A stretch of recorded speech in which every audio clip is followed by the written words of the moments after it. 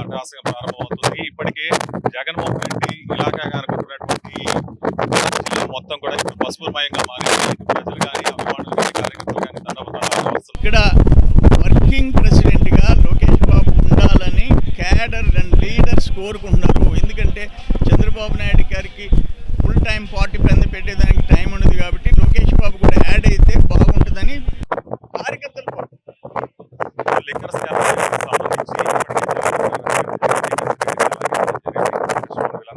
చేయడం జరిగింది.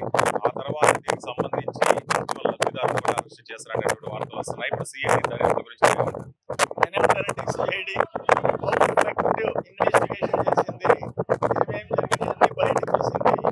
నేనేమంటానంటే 150 కోట్లకి కేజ్రీవాల్ ఢిల్లీ సీఎంగా ఉండి డిప్యూటీ సీఎం మొత్తం కవితమ్మ తమిళనాడు దాకా అందరూ అరెస్ట్ కావాలా?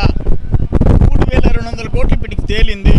ఈయన మాత్రం అరెస్ట్ కాకూడదు. ఎందుకు కాకూడదు అని ప్రజలు కోరుకుంటారు, ప్రజలు అడుగుతున్నారు. కానీ మేమేమంటాము, బాబు గారు ఆయన్ని లోపలేయాలా, ఈయన మీద తప్పుడు కేసులు పెట్టాలని. ఇన్వెస్టిగేషన్ దాని పని దాన్ని చేసుకుంటుంది. చట్టాలు ఉన్నాయి, ప్లస్ అక్కడ కోర్టు న్యాయస్థానాలు ఉన్నాయి.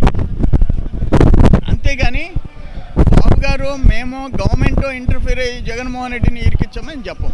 జగన్మోహన్ రెడ్డిని ఒక మాట చెప్పమా, నీ టైంలో 1,30,000 కోట్లు క్యాష్ ట్రాన్సాక్షన్ ఎందుకు జరిగింది, క్యాష్ అండ్ క్యారీ ఎందుకు జరిగింది? నీ టైంలో ఇతర రాష్ట్రాల్లో, పక్క రాష్ట్రాల్లో, చెన్నైలో, హైదరాబాద్లో ఉన్న బ్రాండ్స్ ఎందుకు తాగకూడదు?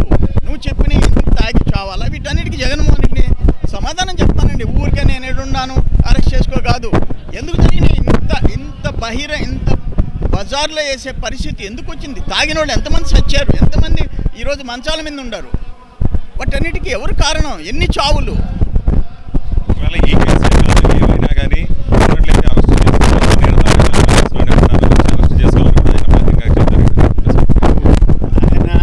ఆయన మీద 2012-13లో 43,000 కోట్లు. నువ్వు ఏమన్నా ఎన్ని సంవత్సరాలు అయిపోయింది? అరౌండ్ 12-13 ఇయర్స్ అయిపోయింది. 43,000 కోట్లు, 43,000 కాదు, 43,000 కోట్లు. అతి పెద్ద భారీ కేసులు నువ్వు ముద్దాయి. ఇంకా నువ్వు నీతులు చెప్తే ఎట్టా? నీకేందంటే ఒక భయం వేస్తుంది ఆ కేసుల్లో. అసలు ఎవరు బాస్ ఎవరు? తమరేనని కామన్ మ్యాన్కి తెలుసు. కామన్ మ్యాన్కి నువ్వు చెప్పు సమాధానం. ఎందుకు అన్ని బ్రాండ్లు మూయించేసావు? ఎందుకు లేబుల్ మార్చేసి డమ్మీ బోగస్ బ్రాండ్లు ఎందుకు పెట్టావు? ఎందుకు క్యాష్ అండ్ క్యారీ చేసావు?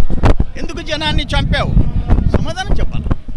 మా మీద, కార్యకర్తల మీద అక్రమ కేసులు బనాయిస్తారంటున్నారు. ఒకవైపు లోకేష్ బాబు రెడ్ బుక్ రాజ్యాంగాన్ని ప్రవేశపెడతారంటున్నారు. ఇప్పుడు జరుగుతున్న అరెస్టులు అన్ని అక్రమంగా జరుగుతున్నాయంటారా, సక్రమంగానే జరుగుతున్నాయంట? తప్పుడు కేసులు పెట్టే ప్రసక్తి లేదు. ఇప్పుడు నేను 40 ఏళ్ళ నుంచి రాజకీయంలో ఉండా.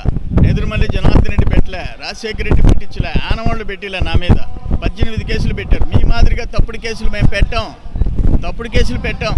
చట్ట ప్రకారం న్యాయంగా ఎవరు తప్పు చేసి ఉంటే వాళ్ళు శిక్ష అనుభవించాలి.